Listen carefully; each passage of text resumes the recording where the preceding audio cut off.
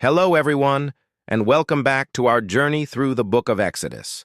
Today, we're diving into two of the most pivotal chapters in the entire story, chapters 11 and 12. This is where everything changes, where centuries of bondage begin to break, and where God prepares to deliver his people in a truly dramatic way. So, where did we leave off? Pharaoh's heart was hard, and despite 9 devastating plagues, he still refused to let the Israelites go. But now, God tells Moses there is one more plague to come. Just one more, and this one will be so final, so heart-wrenching, that Pharaoh will not just let them go, he will drive them out. God tells Moses, "About midnight, I will go out in the midst of Egypt, and every firstborn in the land of Egypt shall die. From the firstborn of Pharaoh on his throne, to the firstborn of the servant girl, and even the firstborn of the livestock." It's a sobering and intense moment.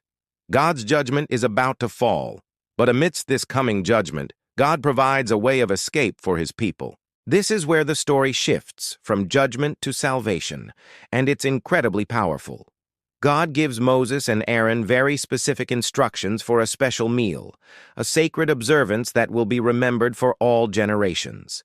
This is the institution of the Passover. Each Israelite family was to take a lamb, a male lamb, a year old, without any blemish. They were to keep it until the 14th day of the month and then slaughter it at twilight.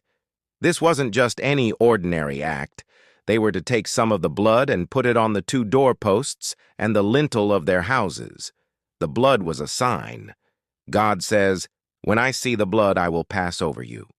The blood of the innocent lamb would be the mark of protection, sparing the inhabitants from the final plague that would sweep through Egypt. Inside their homes, marked by the blood, the Israelites were to roast the lamb and eat it with unleavened bread and bitter herbs. They were to eat it in a hurry, dressed and ready to leave at a moment's notice, sandals on their feet, staff in hand. This meal wasn't a leisurely feast. It was the meal of a people on the verge of a great escape.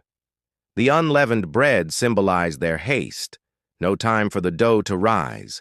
The bitter herbs were a reminder of the bitterness of their slavery in Egypt. Every detail was intentional, packed with meaning. Then, just as God said, at midnight, the final plague struck. A great cry rose up throughout Egypt, for there was not a house without someone dead. The loss was unimaginable. In that moment of profound grief and terror, Pharaoh's resistance finally shattered. He summons Moses and Aaron in the middle of the night and says, "Go, leave my people, you and the Israelites. Go, worship the Lord as you have requested. Take your flocks and herds and go. And also, bless me." What a turnaround! The man who proudly asked, "Who is the Lord?" is now begging for a blessing. And so the Israelites left. After 430 years of slavery, they walked out of Egypt, not as fleeing slaves, but as a liberated nation.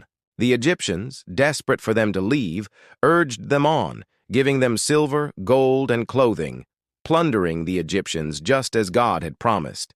An entire nation, about 600,000 men on foot, plus women and children, set out on their journey to the Promised Land. These chapters are the heart of the Exodus story. They show us the gravity of God's judgment, but more importantly, the depth of his love and his incredible plan of redemption.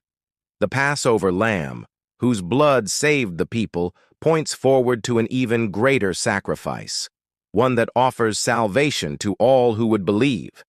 It's a story of hope, deliverance, and the faithfulness of a God who hears the cries of his people and sets them free. Thank you so much for joining me today as we explored these powerful chapters. If this story resonated with you, please hit that like button and subscribe for more. We'd love to have you continue this journey with us. See you next time.